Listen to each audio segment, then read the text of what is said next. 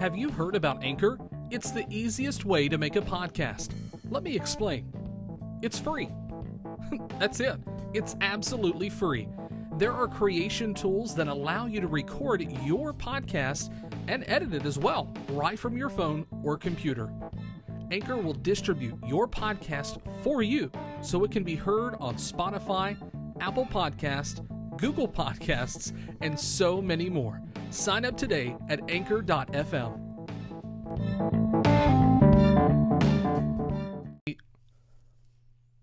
Hello everyone, this is actually not our debut episode, but I thought it was special enough to highlight a previous interview that I did with Memphis Wrestling legend Lance Russell. Lance recently celebrated his heavenly birthday this month, and we want to take an opportunity to highlight such an incredible man who is an inspiration for so many of us in professional wrestling, especially here in the Mid-South Memphis area. Lance was a sweet man. I had the privilege and the honor to be able to talk to him a few years before his passing, and it just brings me joy every time to hear his voice come alive and just be so intertwined with wrestling and to that excitement and that energy to talk about it. This was a podcast I did in my mid-20s, so forgive me for a lot of the stuttering and the quality issues of my voice because I hadn't really started to harness podcasting or voiceover work. So hopefully you'll enjoy this interview. I'm going to give it to you in real time and let you listen to the man himself, Lance Russell.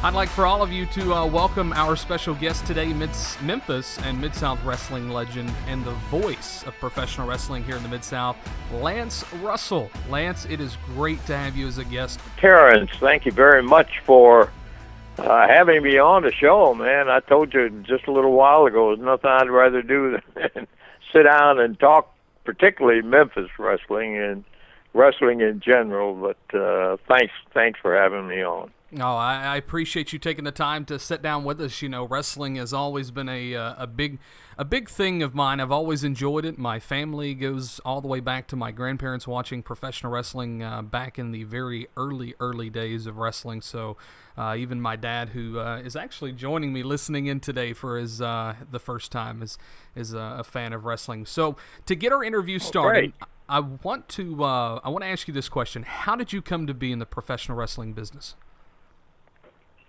Well, I guess it would be a two-part answer to you.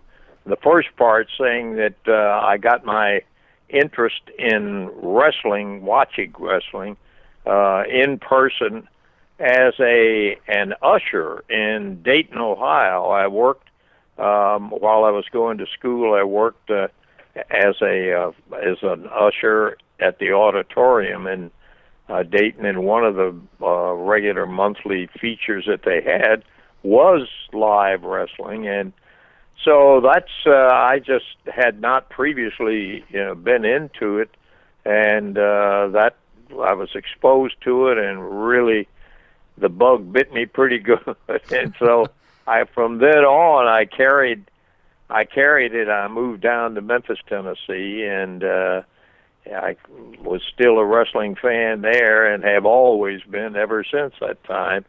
And along with it, as I got down to Memphis, I started in Dayton, Ohio, in radio as an announcer, and then I got into the sports.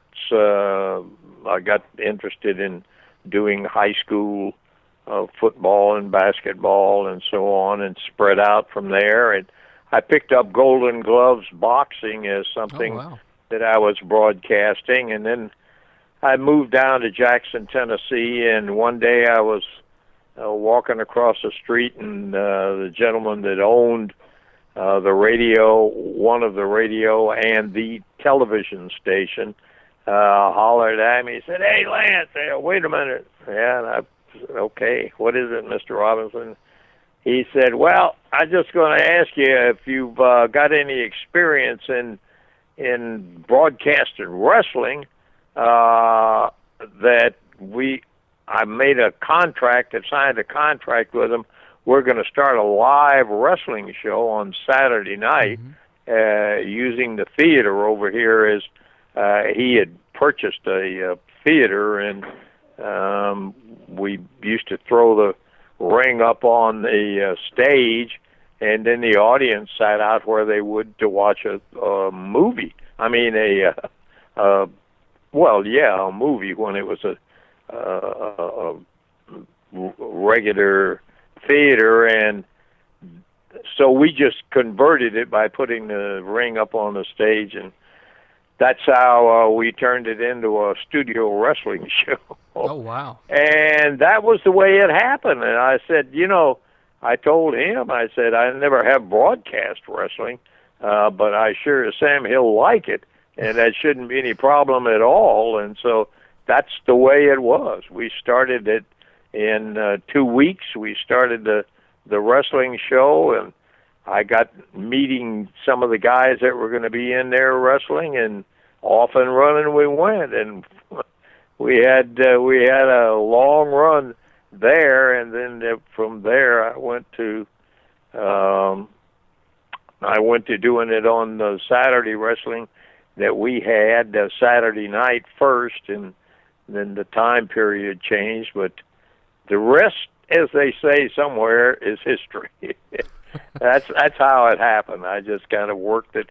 It just worked in when wrestling came to me, rather than I going to the broadcasting part of it. And so that's the way it got going. How about you in wrestling? How'd you get interested? Through your grandparents? Is that what you say? Yeah, actually, one of my grandparents who passed away in 2004, I remember the very first pay-per-view that he showed me. It was WCW Slamboree 95.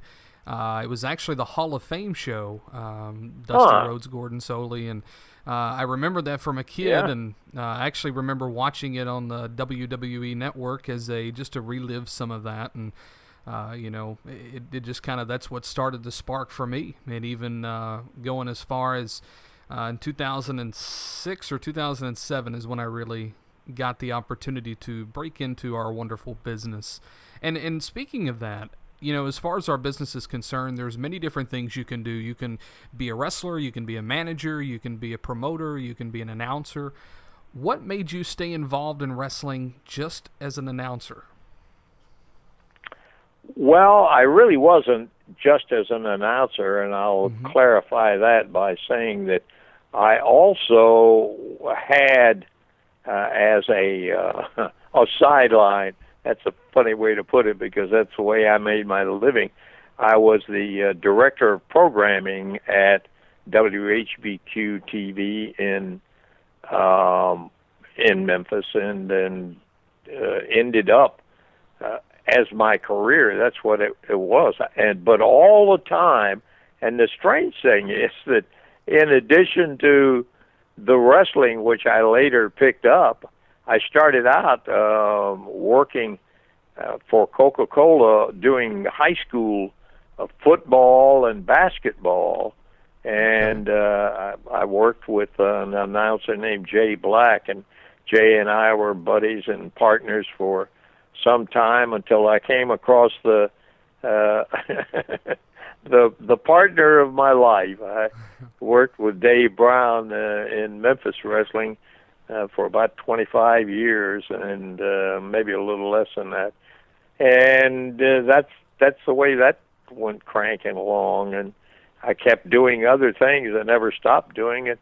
I did the live introductions for a late show and a thing called Command Performance for WHBQ. Just as what I'm saying is that even though my main job was as the director of programming and setting the programming and that kind of stuff, I continued to announce all the time, and it just, wrestling became a very big part of it. And then when wrestling started, we got the time period for it, the right time period, and that came along a little later in the history of it. And we ended up moving it to 11 o'clock because we had so many college, ABC had picked up Wide World of Sports, and it became a big part of their programming on weekends, of course, and we kept having to move the wrestling around. It was live, and we kept having to move it around, Terrence, and until finally it got to be a pain for them and a real pain for me trying to find a location on it. And we got wrestling picked up and kept getting bigger and bigger audiences, and finally we were one of the top 5 television programs in the Memphis wrestling market. I mean, of all programs, prime time shows and everything else on the network that went wrestling in competition to them, became one of the 5 most viewed programs in Memphis, Tennessee viewing area, and it stayed that way and did nothing but. And the biggest thing about it, man, I'll get talking television instead of talking television wrestling. But one of the things that really would made it an astronomical success was that when we turned on one of the ratings that Nielsen and Arbitron had at the time was they showed when sets were turned on, sets in use, and we turned on more than 50% of all of the sets in the market when wrestling came on the air. Oh, wow. When 11 o'clock Saturday morning came on, we turned on 50% of the sets, and it just that's an astronomical figure, and we were very proud of it, and it also was very profitable because they judge they're selling the things by, like the Super Bowl, you know, they charge so many $1 million for a 30-second spot there, and it's based on the number of viewers that you have. Well, the same thing was true in the local sense too, and wrestling got to be a very, very profitable program for the station because the audience was so large. So that's enough of the nuts and bolts of it. Let's get down to a little wrestling. So what was, in talking about wrestling and talking about some, I know you've made numerous mentions throughout your career about memorable moments while announcing in Memphis, but let's try to focus down to just one in particular. I know it's going to be hard for you because you've had so many memorable moments. What was your most memorable moment while announcing in Memphis? Oh boy, that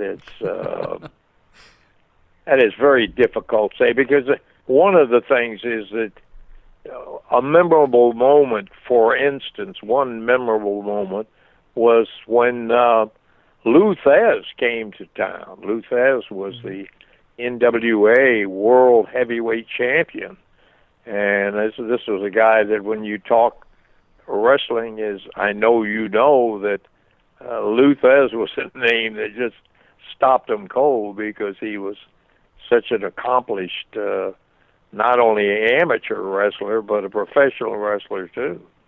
And so that was a memorable moment when Lou came and did the wrestling program, nickel and dime wrestling program, and Lou did have a match, and it was although whenever you had somebody like Lou come in, if you found somebody who was that qualified, you didn't have much of a match because whoever that they put in there with him was so awed by being in with somebody with the reputation that Lou Thesz had that they they didn't know what to do, and about the only thing you could say is grab a headlock. That's the only thing they could remember. They couldn't remember anything else. And I used to talk with Lou. I had the pleasure of having him there, I think, 7 or 8 times in Memphis and wrestle on air, and it was great to have him. That was not the answer to the question. Now, getting back to the question, ladies and gentlemen, I guess one of the most memorable things that ever happened to me connected with wrestling broadcasting was the day that Dave and I are sitting out there, and of course we put the ring up every week and took it down, and we, whenever you have anything where you're tightening nuts and bolts up, sometimes you're going to run across some problems. And one of the problems we had one day was that somebody jumped out and did a flying move off of the ropes and hit the center of the ring, and the springs and all the mechanism in the middle of it broke. Oh no! And oh yeah, and the body of the guy jumping off of there just kind of disappeared in a hole right out in the middle of the ring. And Dave and I are sitting there saying, huh? What kind of hole was that? And then we sat there and tried for 45 minutes to fill the time for the people, because they couldn't wrestle in the ring. And the guys kept trying. They'd jump in the middle of the frame and keep trying to wrestle and do what they are supposed to do, and that's what keeps people coming back and going and buying the tickets down at the auditorium or wherever. And so we continued. We had to fill that 45 minutes that we had left over after it broke down, and that was a hoot. I won't say it was the most entertaining. It was entertaining for a while, and then it got to be such a struggle that it was just a very difficult period of time. And I would say that probably was one of it's so hard to pick it out, Terrence. I'm telling you, you stop. We had, for instance, a world tag team championship match right on the television show, and that was rare. You don't usually have that's a money event, and so you know pretty well that you're going to have a really big crowd at the Coliseum or auditorium, wherever it happened to be wrestling, and that kind of a match, if you ever have a world match in town, and we did in Memphis as the crowds got bigger and bigger and bigger, and so that kind of a world tag team championship match was a big show for us that we had. All of them were big shows. Some were just a little bigger than others. But the truth is that it made up for a lot of big shows, but we had a lot of things that were entertaining, and that one I figure is about, I never forget that. I also, with something about that line, I would tell you that one of the other biggest ones was when we had some idiot that called the station and said, well, I mean, that's what he was, this stupid idiot that called the station and got the girl on the line that answered the phone, just a regular call for her. She didn't think anything about it, and the guy proceeded to describe how they had put a bomb in the studio, and they were trying to chase us off the air and all of that. Well, that was another memorable, not exactly what you have in mind when you start talking about memorable matches, but that was a memorable situation because we had a studio full of people. We had wrestling to do. We did not want to reveal the fact of what had happened because some other idiots would have continued to do that forever, and we'd have had it every week we were on. So we handled the situation adequately, I think, but that was another one that was pretty memorable. On your interview today is definitely something that most will go back and listen to and take in high regard.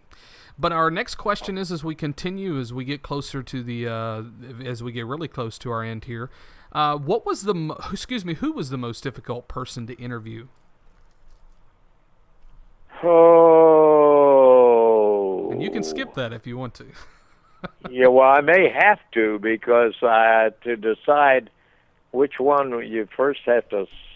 Let me. If I suddenly think about it as we go along, I'll come back and tell you. There was some foreign language guys that probably literally were the most difficult to interview when I was trying to go through and interpret. Oh, I'll tell you, one of the most difficult. Yes, that sticks right out in my head.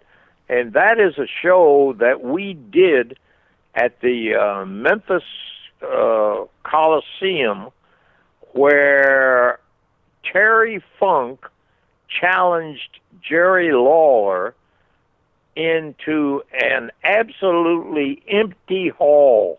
The only people there was a cameraman in there. I was in there with a microphone to broadcast it, and outside of that, nobody else. We didn't have any referee. We didn't have any of the, I don't know, did we have a referee? My mind goes back. I can't remember. I don't think we did, but that's possible that I made an error there. But anyhow, when you get on, because a lot of times when you're broadcasting, as you do in football or anything else, because of the movement of the fans, what kind of noise they're making, what they're doing, who they're cheering for or against, those things help give you fodder for broadcast material, so you can keep it interesting and let the people know that everybody there that's there to see it, how they're reacting and all. Well, when you have one without any fans, believe me, it's a difficult program to broadcast, and it was really something. And then we got into the hoorah with Lawler and Terry Funk, and Terry ended up getting popped in the eye, and he couldn't see, and so on. Anyhow, that was but to answer from difficulty, that was probably one of the most difficult broadcast situations that I was put in. Oh, wow. And so that was, and that's the only one. As I say, I actually remember watching that on, I believe it was on Lawler's DVD, or it might have been on the, it was a DVD that I believe WWE put out on Legends of Mid-South Wrestling, or I forget what the actual title was of the DVD, but I remember seeing that match on there between, and you're referring to the empty arena match, correct? Yes, right. Yeah, that was exactly interesting, you know. It kind of reminds you of, in modern times, I believe The Rock and Mick Foley actually had a similar bout that I'd like to think that they kind of paid homage to what Terry Funk and Jerry the King. Really? I did not know that. I might be wrong in the two competitors, though, but I believe it was those two. Yeah. But, well, I'm glad they liked the material and decided to redo it. So what is your thoughts on, and there's been a lot of talk here lately from fans across the world who want to see more of the legends of wrestling old to come in and be inducted into the WWE Hall of Fame. You know, in particular, like the superstar Bill Dundee, although he never worked for the WWE, I mean, his contributions to wrestling were phenomenal. And the same is being said with you. What are your thoughts on fans wanting to see you inducted? Well, I appreciate that. I really appreciate the fans and being behind us, because they always have been. And I won't make this too long a sales pitch for the fans. We like to have them. We enjoyed having them. These are our kind of people. And the thing that I have heard a million times is, well, maybe 500,000, is from different fans that say, by golly, when I was a kid, I remember every Saturday morning I was over at my grandma and grandpa's house, and we went over there to watch wrestling. And let me tell you one thing, if you tried to talk while the show was on, boy, you'd get popped in the mouth because grandpa or grandma, and what I'm telling you, Terrence, and I know you know this fully as well as I'm saying it, that it's true. This is the way a lot of fans got connected to wrestling and stayed with it to this day. I still get people today that'll say, boy, I appreciate the things that you guided us through there for the first 20 years of our wrestling life, and so on and so on. Well, you know, I know you've heard all that. Oh, yeah. You may be one of them, and I'm very proud of all of them. Now, to answer your question about the Hall of Fame, I also want to throw in another one that has nothing whatsoever to do with in a sense, with broadcasting.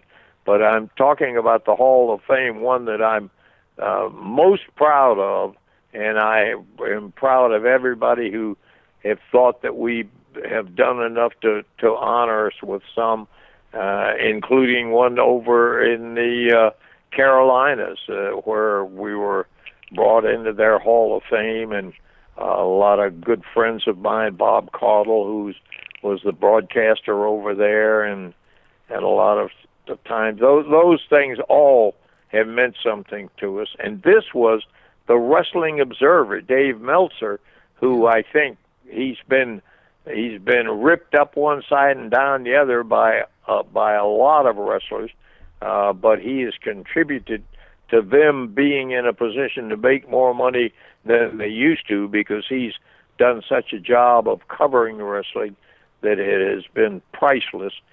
Well, he came out with a Hall of Fame, and saw fit to put me in right behind my old buddy Gordon Soley, and I was very proud of that. And so I would say that to begin with. Now, to answer your question about the WWE Hall of Fame, they you know, I recognize that it has to, by and large, has to also have a stamp of Vince McMahon on it, and or it doesn't happen. And right. So we have a lot of fans that have expressed their opinion about it. I appreciate that so much. Had the pleasure of coming out, and Jerry Lawler wanted to introduce me to all of the Memphis fans when they did the show Raw from Memphis, and so I stuck around and went out for 16 seconds. And anyhow, but I met Vince, and he was very gracious, and I was very pleased to have met him. And whatever the decision on it is not in my hands. I hate to anybody thinks that it's going to make my life or not. No, you fans are the ones that made my life with your wrestling attendance and interest. And so, would I be interested? I'd be a fool not to be interested, and certainly I would be interested. And if it doesn't happen, it doesn't happen, and that's the way that tune goes. But I appreciate you asking the question and giving me a chance to say that I would be very proud of that. But there's a lot of other ones that I am very proud of too. Oh, of course. And thank you very much, Terrence, for asking about that. What advice do you have for wrestlers today? Or anybody in the wrestling business, I guess you could say, just in general. Yeah. Oh man, it doesn't apply only to wrestling or anything like that. it's the same thing. If you love it and it's something you're really interested in, you'll come to the point where you'll know whether there is a career in front for you. And sometimes you may start out in one job, you may start out as a wrestler, and you end up as a manager, and that's the way your career is. You start out as a wrestler, you end up as an announcer. No, I was not a wrestler. You look at me and I think you know that. But I've enjoyed doing what I do. What I'm saying is, if you really are that devoted to it, and unless you get to a position where you just can't support your family on it, then hey, I mean that's a clue. Hello, but the first thing you have to have is you do have to have some understanding of what you are doing, what the business is, and you're going to have to go with it. If it says we don't have a career for you here, don't give it up until somebody runs you out of there, but stay right in and dig and learn and do all of the things that you would in any other job.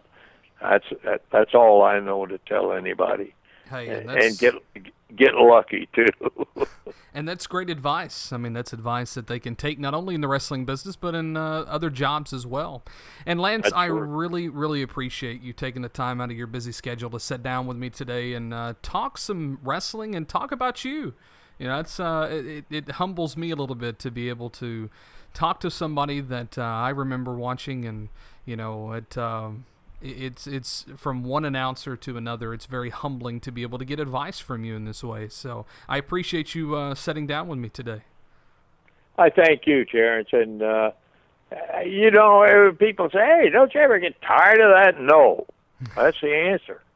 I don't get tired of it, and I have been blessed. And we're going over here and doing a big thing with Greg Price in Charlotte, and going to see a lot of the fans. And one of the